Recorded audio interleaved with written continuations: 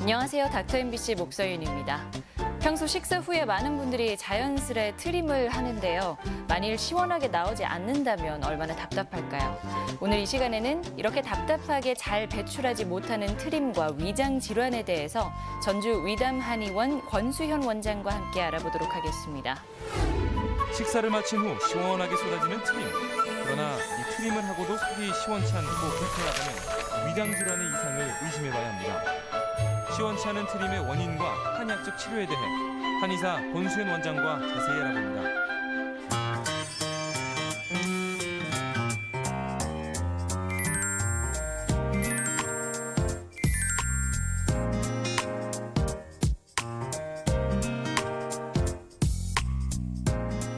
안녕하세요. 네, 안녕하세요. 네. 이 트림도 시원하게 잘 하는 분들이 있는가 하면은 네. 좀 보는 사람도 답답하게 하는 분들도 있더라고요. 네네. 예, 트림을 잘 하지 못하는 것도 병일 수 있나요? 네, 우리가 이제 일반적으로 트림이라고 하는 것은 이 식도에서 인두로 기체가 나오는 그런 생리적 현상을 트림이라고 하는데요. 트림이 발생되는 원인은 뭐 음식이나 물을 마시거나 이렇게 할 때 공기가 유입이 되고 네. 또 우리가 음식이 들어온 다음에 이게 소화가 되는 과정에서 뱃속에 있는 세균들 이런 걸로 더불어 음식이 같이 합해지면서 발효, 부패되면서 발생되는 가스 뭐 이런 것들이 뱃속에 있다가 적당한 때가 되면 이렇게 배출하는 이런 것이 보통 생리적인 현상의 트림을 말하는 건데요. 네. 이런 트림이 음식 여부와 상관이 없이 우리가 계속 끌끌대고 또 이렇게 또 가스가 꽉 찼는데도 배출이 되지 않는 이런 현상을 가지고 병리적인 현상이라고 볼 수 있습니다. 이런 병리적인 트림은 우리가 잘 조절이 되지 않으면은 일상생활에 있어서 굉장히 좀 불편함을 초래하는데요. 네. 이런 트림의 특징은 이게 아무래도 음식과 상관이 없기 때문에 좀 냄새가 나지 않고 이게 조절이 잘 되지 않기 때문에 소리가 또 굉장히 크고 그러면 이제 대인관계를 할 때 이런 원치 않는 트림이 계속 나오니까 네. 사람이 이제 뭐 불안증 또 노이로제에 빠지기까지 하는 이게 좀 어떻게 보면은 일상생활에서 굉장히 좀 어려운 질환이라고 볼 수 있습니다. 네. 네. 많이 불편할 것 같은데요. 네. 그러니까 식사와 상관없이 그냥 네. 습관적으로 트림을 하는 분들이 있다는 거잖아요. 이거는 왜 그렇게 트림이 발생하는 건가요? 네, 이렇게 꺽꺽대는 트림은 우리가 식사 여부와 상관없이 발생된다 말을 하는데요. 그 말은 반대로 생각하자면은 뱃속이 비었어도 뱃속에 아직도 가스를 발생시키는 요인이 남아있다라는 걸 말하는 겁니다. 네. 뭐 첫 번째로 위장이 이렇게 있을 때 음식이 이렇게 소화기관에 들어왔는데 위장의 운동 기능이 정지되고 네. 위장이 잘 소화를 못 시키는 경우 뱃속에 있는 음식물이 이 위장 내에 오래 머무르게 되면은 이것이 뱃속에 있는 미생물과 세균과 같이 결합을 하면서 네. 과도한 부패나 발효 이런 현상이 생겨요. 그러면 아무래도 평소 때 트림하는 것보다 더 많은 가스량이 발생을 하니까 더 꺽꺽대고 힘든 트림을 할 수가 있습니다. 네. 그러니까 조금 전에 먹은 게 아니더라도 오래 전에 먹은 음식이 뱃속에 남아서 가스를 계속 이렇게 유발할 수 있다는 건데요. 또 다른 이유가 있을까요? 뭐 이제 음식과 상관없이 이제 일반적인 생적인 트림이라고 할 수 있겠지만 우리가 예적으로 보면은 이 식도 하부 관략근이라고 해요. 이 관략근은 여기 있는 음식들이 역행을 하지 않게끔 딱 잡아주는 네. 어떤 관문과 같은 역할을 하는데 이것이 잘 닫아지지 않거나 이 관문이 좀 헐거워지게 되는 경우 위에 있는 내용물이 가스가 발생했는데 이유 없이 계속 새는 거예요. 네. 그럼 이런 경우는 신트림이 발생하는데 역류성 식도염을 가지고 있는 분들이 이런 트림을 많이 호소를 하시는데 이런 트림은 트림을 하면서 대려 이제 위에 있는 내용물까지 토하거나 좀 나올 수가 있다는 그런 점이 있고요. 또 아까 위가 경직된 거와 반대로 이제는 이 위가 너무 무력해서 처져버리는 경우 위 내에 음식이 들어가게 되면은 음식물이 소화가 되지 않고 위에 오래 저체가 되니까 여기서 이제 병적인 미생물이 많이 발생을 해요. 그러면은 이러한 미생물에 의해서 소화가 진행되지 않고 음식물이 오래되면서 트림이 발생하는데 이런 트림의 특징은 아무래도 음식을 먹었던 때와 상관없이 오래오래 지나서 트림이 발생을 하고 네. 또 트림을 배출하는 힘 자체도 부족하기 때문에 많은 환자분들이 이런 경우 꺽꺽대는 트림을 말하는데요. 뭐 위무력증, 위하수 이런 것을 가지고 있는 분들이 이런 트림을 많이 하십니다. 그리고 가스가 역류하는 경우도 있다고요? 예, 예. 아주 드문 경우인데요. 네. 일반적으로 위장이 상부 소화관이 여기 위장까지고 이 위장 밑에 12장 소장부터 발생한 하부 소화관이라고 하는데 이 하부 소화관에서 발생하는 가스는 대부분 방기로 배출이 되거든요. 네. 그런데 소장의 운동 능력이 너무 떨어져 가지고 소장에서 많은 가스가 발생하거나 또 대장의 배변 능력이 너무 부족해 가지고 배변이 잘 안 되는 경우 이 장관의 가스가 위장관까지 역류돼 갖고 트림이 나온다고 볼 수가 있어요. 이런 경우에는 아무래도 소화관 전체가 가스가 그닥한 느낌이 있기 때문에 환자분들이 더 큰 불편함을 호소하시고 네. 더 많이 끄덕대게 되겠죠. 네. 네. 그런 경우라면 정말 불편할 것 같네요. 네. 그 지금 말씀하신 거는 이제 위가 아니라 장에 문제가 있어서 그런 경우인 거잖아요. 네. 또 위가 아니라 다른 장기가 문제가 돼서 트림을 하게 되는 경우가 있나요? 네, 뭐 아까 여기서 설명해 드린 건 다 뭐 위와 식도에 말했지만 네. 또 이 식도 자체, 식도 하부 관략근 자체도 원인이 돼서 트림이 발생하는 경우가 있는데요. 이 우리가 음식을 급하게 먹거나 자주 이렇게 잘 안 씹어 먹는 경우 채기가 발생을 하는데 네. 이런 채기가 있는 경우에는 위의 이 상복부 분문 부위죠. 이 분문 부위에 있는 식도의 하부 관략근에 경결점이 생겨요. 네. 그러면 음식이 먹어도 잘 체하고 이 위로 잘 못 넘어가기 때문에 먹음과 동시에 끄끄대고 토하게 되고 토를 동반한 트림이 많이 발생하는 경우가 있습니다. 예. 이런 경우는 이제 급식이나 잘못된 식습관을 개선을 꼭 해야 할 거예요. 네. 그 외에 이제 우리가 변이형 협심증이나 이런 어떤 심장 질환에 인하여서 심장이 너무 빨리 뛰거나 또 심장이 너무 답답한 경우 이런 심장으로 인해서 과도한 공기를 흡입하게 되는데요. 이렇게 과다하게 흡입된 공기를 또 배출하기 위해서 끄끄대는 트림을 또 많이 발생하는 경우도 있습니다. 예. 예. 그렇다면 이제 치료는 어떤 방식으로 하는지 궁금해지네요. 네, 먼저 일반적인 트림은 치료함에 있어서 트림 자체를 치료하는 것보다는 트림을 발생시켜주는 그 원인이 되는 역류성 위장 질환이라든지 기능성 소화불량 이런 걸 먼저 치료를 하는 것을 항상 먼저 해야 되는데요. 이러한 위장 질환이나 이런 것이 뚜렷이 발생되지 않았는데도 이렇게 트림이 많이 발생하는 경우에는 환자를 먼저 안심을 시켜주시고 식이요법을 많이 해드려야 하고요. 네. 또 위장관 운동 촉진제를 써가지고 트림이 더 이상 발생되지 않게끔 해주는 게 좋습니다. 근데 이런 식사 습관은 뭐 좀 우리가 아무래도 공기를 유입을 좀 덜 되게 해야 되니까 사탕을 쪽쪽 빨아먹게 한다든지 네. 껌을 좀 씹지 않게 한다든지 섭취를 했을 때 막 가스를 많이 발생시키는 탄산음료는 좀 거부를 하게 해야 하고요. 그리고 음식을 가급적 좀 오래오래 씹어가지고 소화가 되기 편하게 되면 가스가 좀 발생이 덜할 겁니다. 예. 네. 그러니까 식사 습관을 고쳐서 가스가 덜 들어가게끔 한다는 건데요. 네네. 운동요법 같은 것도 있나요? 운동요법은 이제 우리가 가로막 운동요법이라는 것이 있는데요. 환자분이 딱 누워가지고 오래 복식호흡을 하는 거예요. 예. 30분 정도 진행을 하는 건데 환자분이 배에다 손을 딱 넣어가지고 자기의 복직근이 충분히 이완되는 걸 확인을 하면서 이렇게 깊은 숨을, 질숨을 날숨보다 좀 깊게 쓰는 이런 숨을 쉬게 되면은 이 가로막의 긴장이 풀리고 그러면서 트림이 좀 덜 하게 되겠죠. 네. 이런 거는 이렇게 누워있는 자세에 입을 크게 벌리게 되면은 아무래도 가스도 배출이 잘 되고 끄덕대는 트림이 좀 많이 감소되는 효과가 있습니다. 예. 예. 그리고 한의학적으로는 이제 위장 기능을 강화시켜주는 치료를 할 것 같은데요. 어떤 방법이 있나요? 뭐 한방이라고 해서 다 보호하는 건 아니고요. 예. 한방도 뭐 아까 발생된 그런 기능성 소화불량을 치료하는 방식을 하는데 먼저 위장 자체의 운동 능력이 떨어져 있는 경우 네. 위장 간의 운동력을 떨어뜨리는 그 원인 물질을 한방에서는 담이라고 보고 있습니다. 네. 이 담이 위장에 껴 있는 경우 위장의 운동력이 떨어지기 때문에 이런 것을 거기에 딱 적절히 맞는 한약을 투여를 하고요. 네. 그리고 침, 뜸 등 여러 가지 한방 물려법을 통해 가지고 위장에 있는 이 담을 제거를 함으로 인해서 위장의 운동력을 좋게 만들어서 이런 트림을 개선시키는 방법이 있습니다. 또 아까 말씀드렸다시피 식도 자체, 이 채기가 발생하는 경우에는 이 채기 자체를 좀 내려주는 치료를 해야 되는데요. 이거는 여기에 딱 경직이 되고 항상 위장을 초입이잖아요. 네. 식도에서 초입이고 여기서 또 역류되는 막아주는 분문의 관문 같은 역할을 하기 때문에 이쪽만 또 집중적으로 치료하는 방식을 써가지고 치료하는 것이 가장 좋습니다.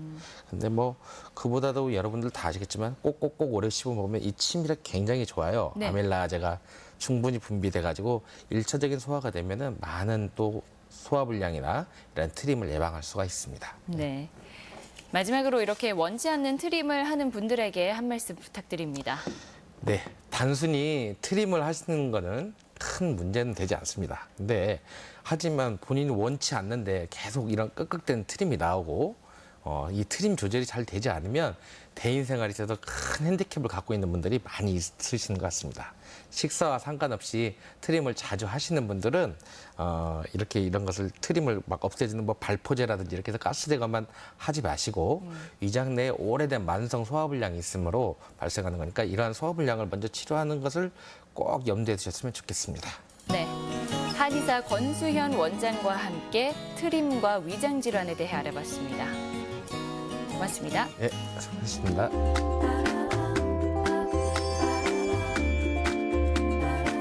통풍이라는 질환 들어보셨죠?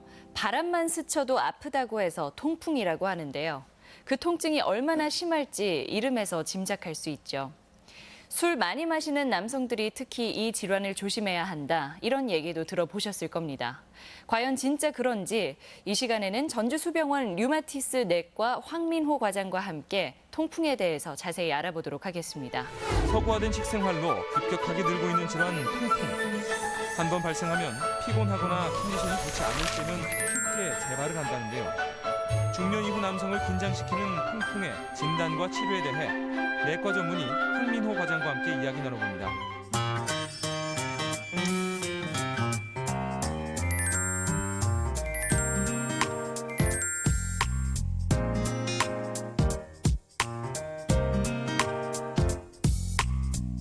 안녕하세요. 네, 안녕하세요. 네.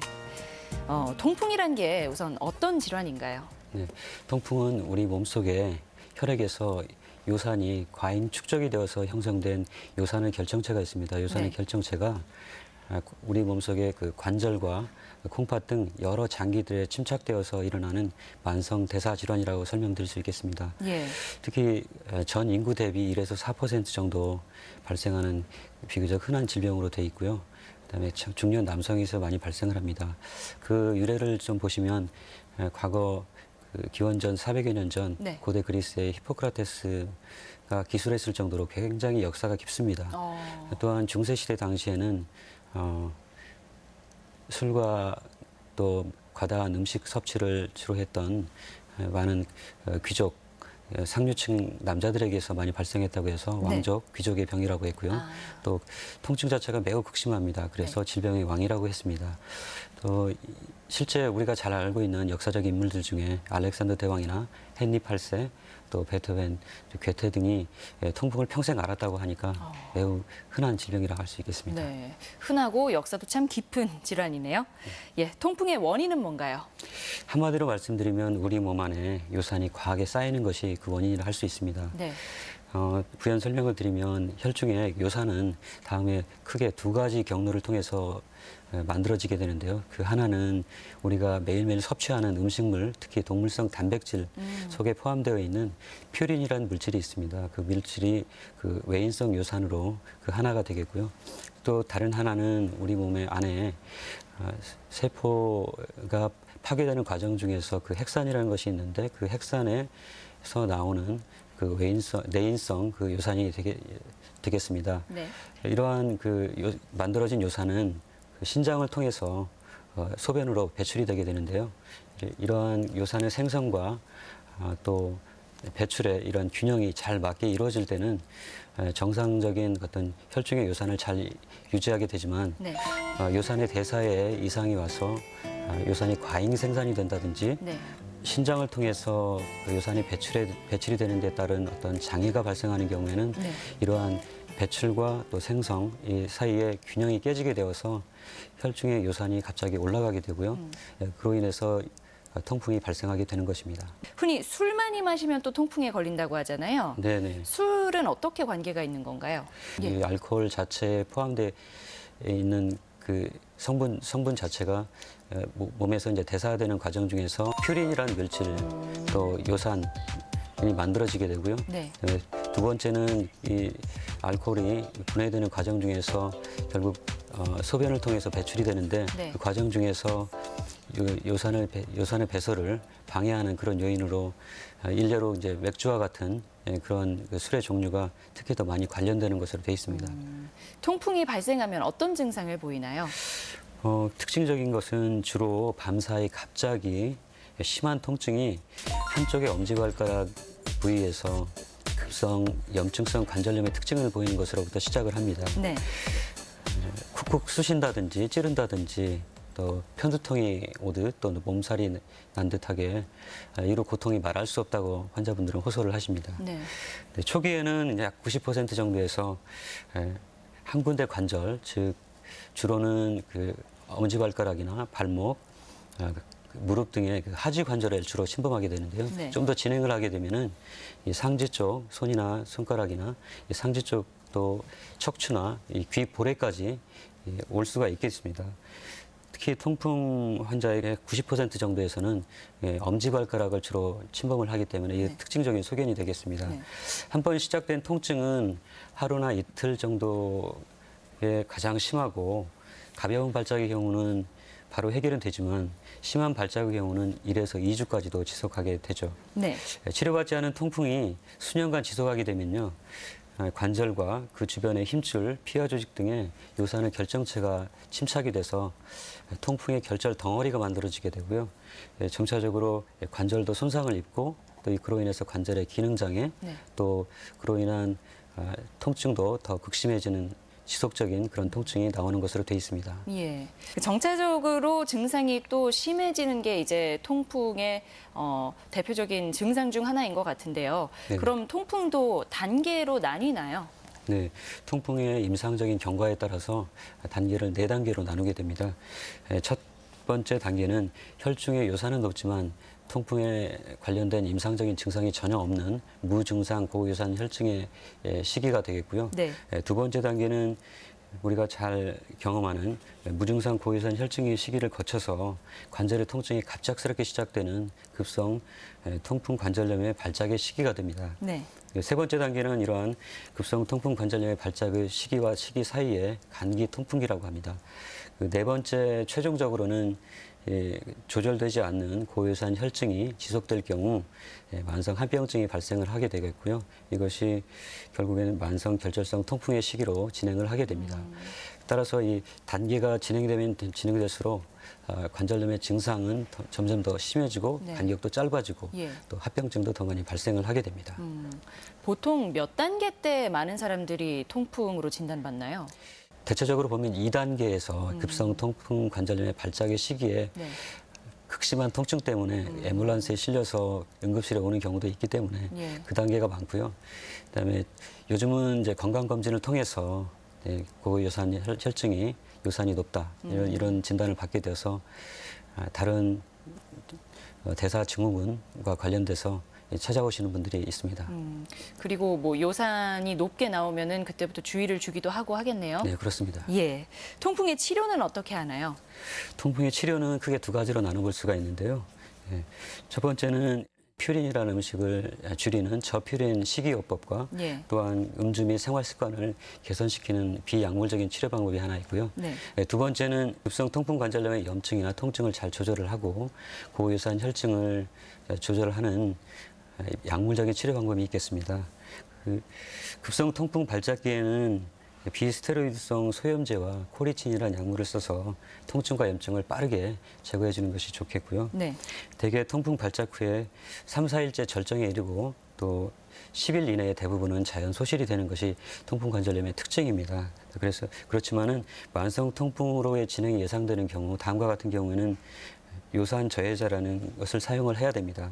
즉, 1년에 2회 이상의 급성 통풍 발작을 경험했다거나 또한 통풍에 결절이 있다거나 또 신장 결석의 과거력이 있다거나 또는 만성 신장 질환을 갖고 있는 경우에는 네. 꼭 요산 저하제를 사용해서 치료를 해야 됩니다. 만성적인 경우에는 이제 요산 저하제를 사용하겠지만 그렇지 않다면은 그냥 식이요법과 또 음주 습관을 개선하면 통풍 치료가 되는 건가요? 예, 어느 정도는 치료가 가능하다고 볼 수가 있겠습니다.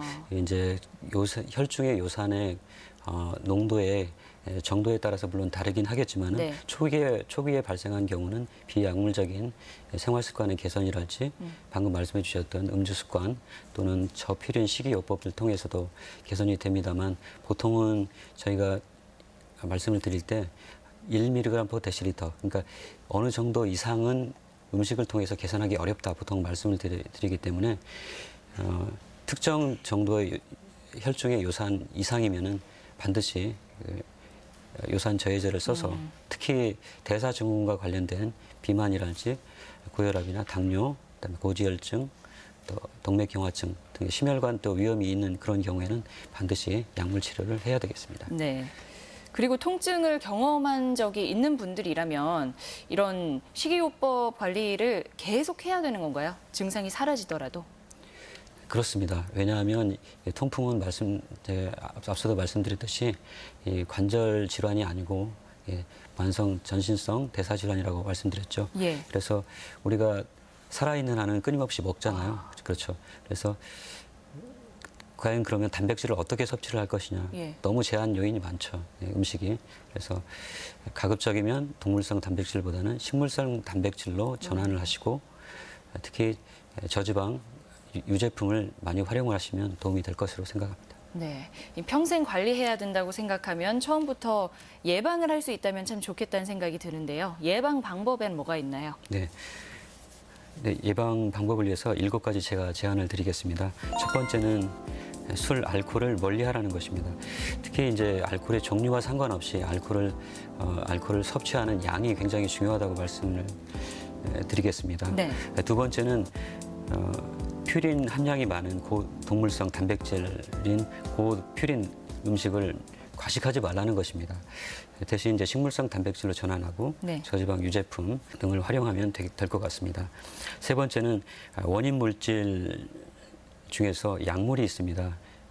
이뇨제나 아스피린과 같은 저용량 아스피린과 같은 이러한 약물들을 제가 사용하고 있는가? 왜냐하면 이것이 요산의 생성 또 배출과 관련이 되기 때문입니다. 네 번째는 정상 체중을 유지하되 체중 감량을 서서히 하라는 겁니다. 급격하게 체중 감량을 했다가 통풍 관절염의 발작을 경험하는 분들이 너무 많습니다. 네네. 그리고 다섯 번째는 규칙적으로 식사를 하되 과식 또 금식하는 것도 주의해야 되겠습니다. 그리고 여섯 번째는 충분한 수분 섭취를 하라는 것입니다. 하루에 2리터 이상 물을 마시게 되면요 요산 배출에 매우 도움이 된다고 합니다. 일곱 번째는 한 가지 팁인데요. 코리친이나 비스테로성 소염제 같은 비상약물을 항상 준비하라는 것입니다. 네. 왜냐하면요 대부분의 급성 통풍의 발작을 경험하는 그 시간이 대부분 한밤중이거나 새벽녘에 동네 병의원이나 약국조차도 문을 닫는 네. 그런 시기에 많이 발생을 하기 때문에 항상 준비하셨다가 대비하시는 것이 좋겠습니다. 예, 좋은 팁 감사합니다. 예, 오늘 이 시간에는 내과 전문의 황민호 과장과 함께 통풍에 대해 알아봤습니다. 고맙습니다.